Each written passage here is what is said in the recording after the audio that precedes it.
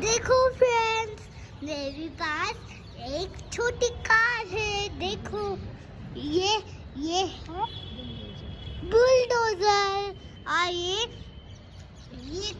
Doggy काम कर रहा है। इसका नाम क्या रख सकते हैं? चेस। ये चेस, ये चेस तो गिर गया। चलो इसको बिठाते चेस को। और ये वापस से गिर गया, पता नहीं कैसे गिर रहा है ये। उसको वापस से बिठाते। इस बार मैं अच्छी तरह से बैठाऊंगी इसको। करेगा ये केसर। ये चेस करेगा केसर। डिग डिग डिग डिग डिग डिग डिग डिग डिग डिग डिग। चल रहा है, चल रहा। और ये यहाँ पे खड़ा हो गया। अब हम ये बन गई अब स्काई।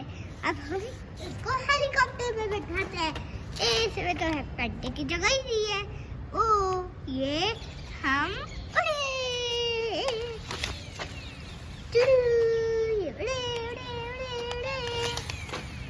ये यहाँ पे खड़ी हो गई। ये घूम रही है, ये और उड़ती जा रही है, और उड़ती जा रही है। और ये यहाँ पे खड़ी हो गई और स्काई से सबको देखा। और एक रेड कलर की कार को देखा। अगर आपने वीडियो पूरा देखा है तो देख लेगा।